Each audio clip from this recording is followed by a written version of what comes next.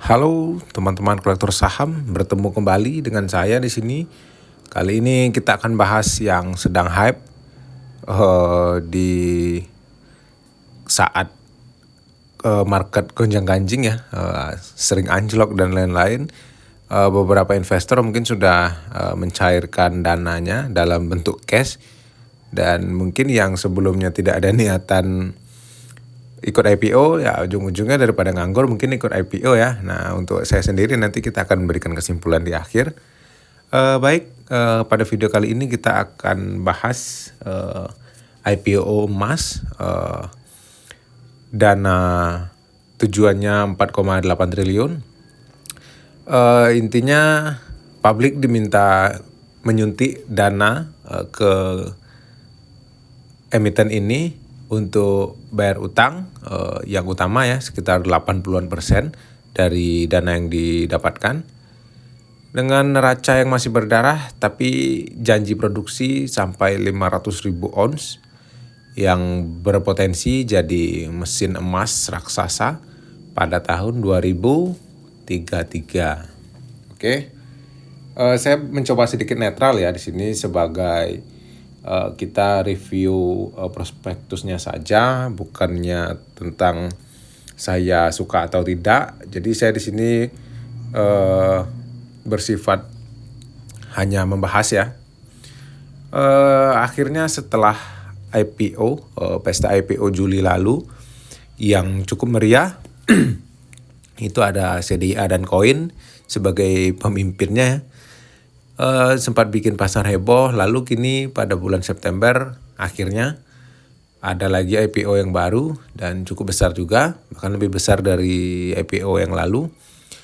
Banyak yang menaruh harapan bahwa ini bisa menjadi harapan besar dan bisa mengulang jackpot pada dua IPO sebelumnya, CDA dan Koin. Sekarang giliran Merdeka Gold Resource yang akan melantai dengan tikernya emas. Sebenarnya dari awal sudah harus jelas ya bahwa IPO ini bukan untuk investor yang hanya mau masuk ke perusahaan yang sudah stabil, mencetak laba sustainable dan perusahaan yang kuat. Tapi emas ini sampai Maret masih menanggung kerugian. Kita coba ke laporan singkatnya ya, laporan keuangan sekilasnya halaman 26. Ini saya nanti kayaknya nggak bahas secara tepat karena ini halamannya juga scrollnya saya susah ya. Oke. Sampai ke Maret 2025 masih menanggung kerugian terakumulasi bahkan dari tahun-tahun sebelumnya ya. Secara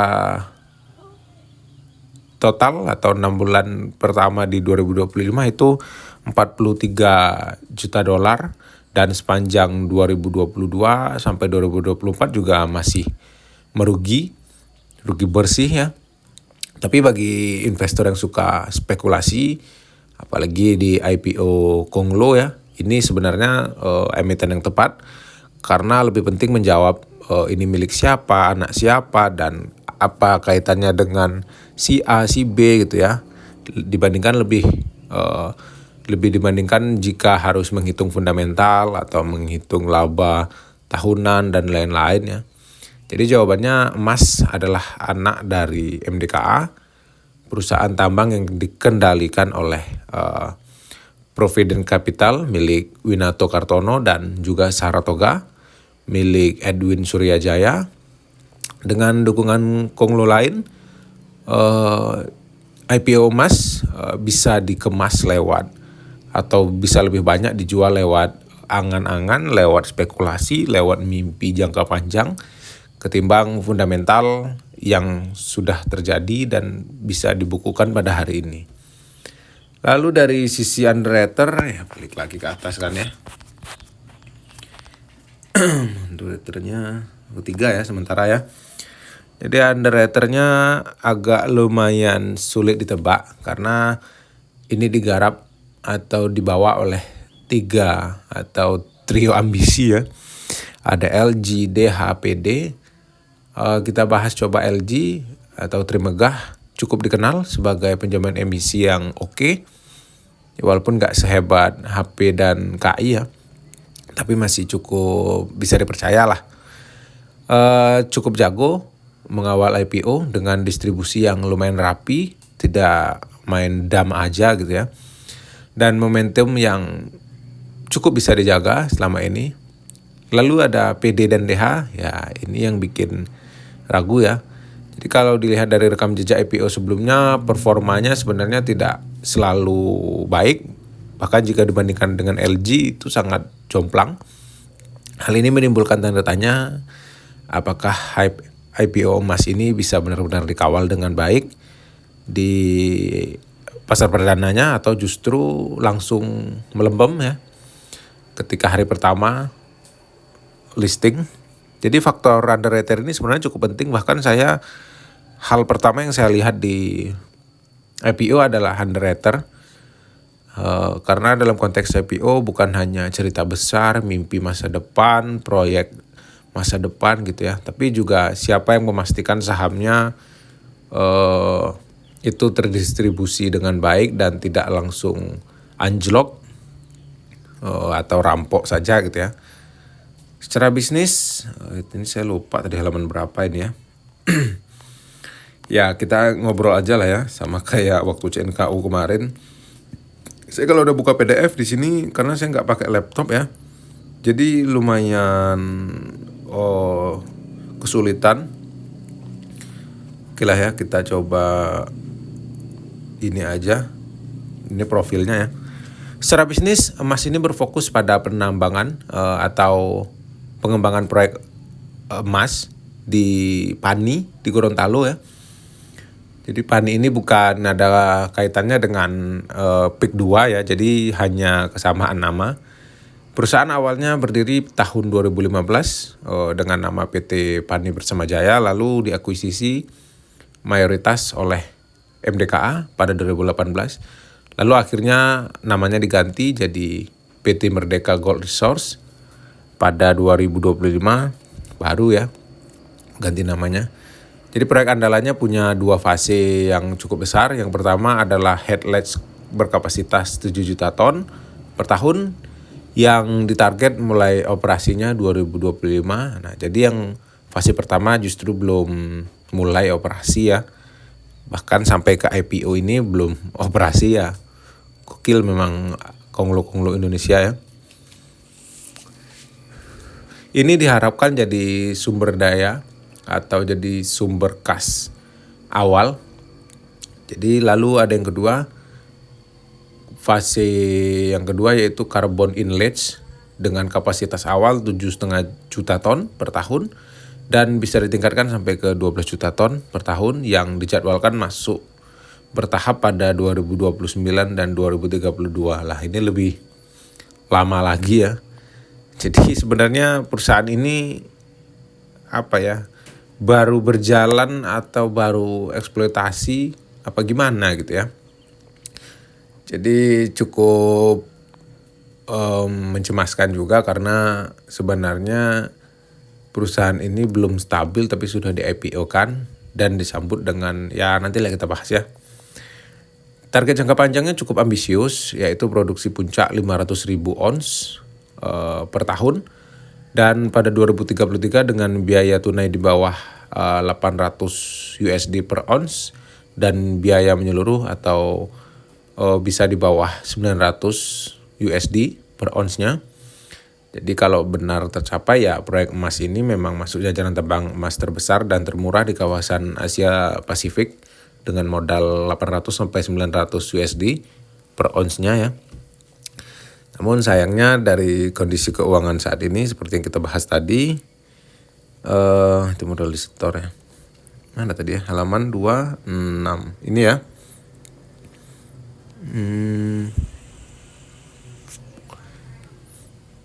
Nah iya nih.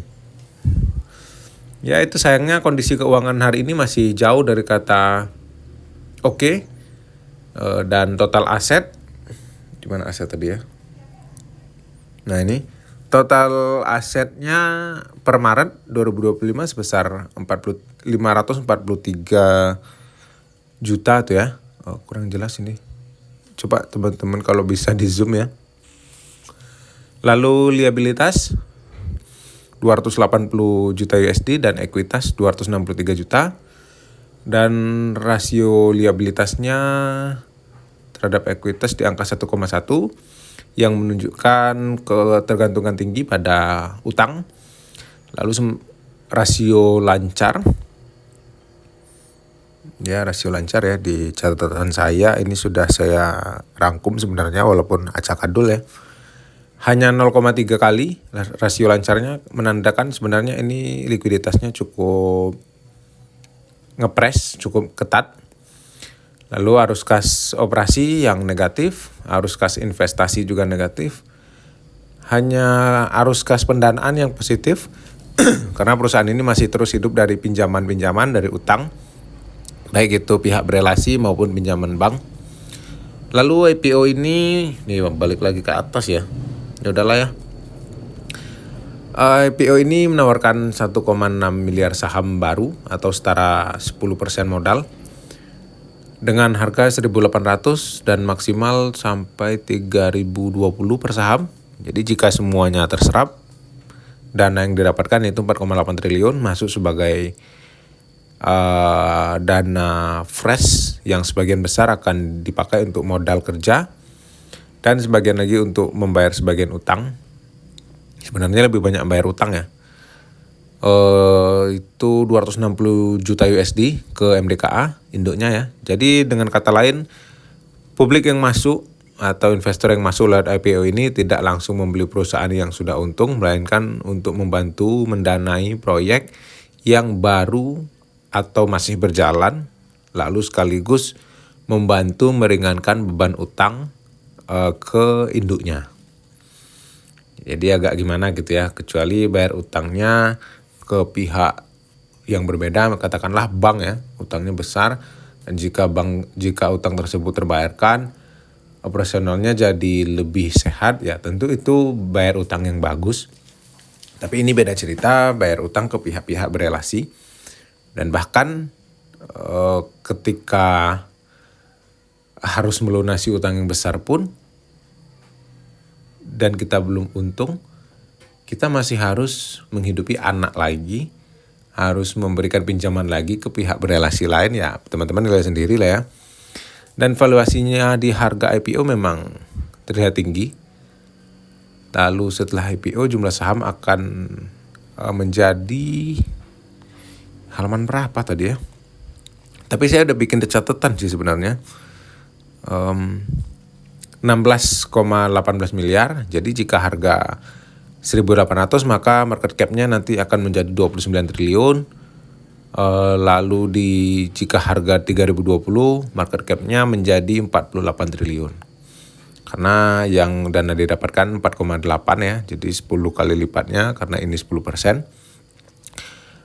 Sementara book value-nya di ekuitasnya hanya 263 juta USD, jadi sehingga PBV di harga tertinggi 3.020 bisa sampai 11 kali. Wah, ini PBV nih loh ya. Dan PER tidak bisa dihitung karena perusahaan masih rugi, minus jadinya ya. Revenue-nya juga konsolidasinya masih nol. Jadi banyak yang nggak bisa dihitung. Jadi lebih banyak dieliminasi antar entitas yang anak-anak berelasinya ya. Lalu EV-nya sekitar 3,16 miliar USD dengan EBITDA yang negatif. Jadi semua rasio tradisional ini sebenarnya tidak relevan untuk membaca kondisi emas atau kondisi emiten ini saat ini ya. Valuasi hanya bisa dibaca sebagai harga mimpi, harga masa depan, jadi bukan cerminan dari kinerja keuangan sebenarnya. Lalu, bentar ya. Sebenarnya kalau dibandingkan dengan potensi cadangan emasnya, gambarnya lumayan agak berubah ya. Cadangan biji ekonomis di side PANI ini sekitar 1,9 juta ons. Jadi jika semua dijual di harga asumsi katakanlah 3.600 per ons, jadi penjualan kotornya bisa mencapai 6,8 miliar USD atau 112 triliun. Dengan AISC di level 990, modal yang diperlukan ya untuk mendapatkan 1 ons itu 990 USD ya. Jadi margin kotornya per ons itu sekitar 2.610. Jadi total potensi laba kotornya sepanjang umur tambang sampai sekiranya 2041 adalah 4,9 miliar USD atau 81 triliun dengan produksi puncak 500.000 ons per tahun pada 2033. Berarti potensinya pendapatan tahunan bisa di atas 1 miliar USD dengan margin yang cukup tebal. Kalau itu tercapai ya, market cap IPO yang 1,8 sampai 2,9 USD ini bisa sangat lebih murah atau diskon karena tambangnya yang kita hitung tadi ya itu sangat menjanjikan, sangat besar dan sangat menarik. Tapi itu sekali lagi hanya potensi, hanya gambaran masa depan ya. Tidak bisa kita masukkan ke dalam perhitungan untuk pertimbangan masuk ke IPO ini karena itu beda apa ya, beda kepentingan, beda pembahasan lah ya. Lanjut, jadi jalan untuk mencapai ke skenario itu sebenarnya panjang dan sangat berisiko karena produksi komersial baru dimulai tahun depan, sementara untuk mencapai skala penuh butuh tadi 2033 ya, cukup lama. Ada risiko regulasi seperti royalti progresif sesuai Perda atau peraturan pemerintah gitu ya. Di aturan devisa hasil ekspor yang mengunci 100% dana ekspor selama setahun.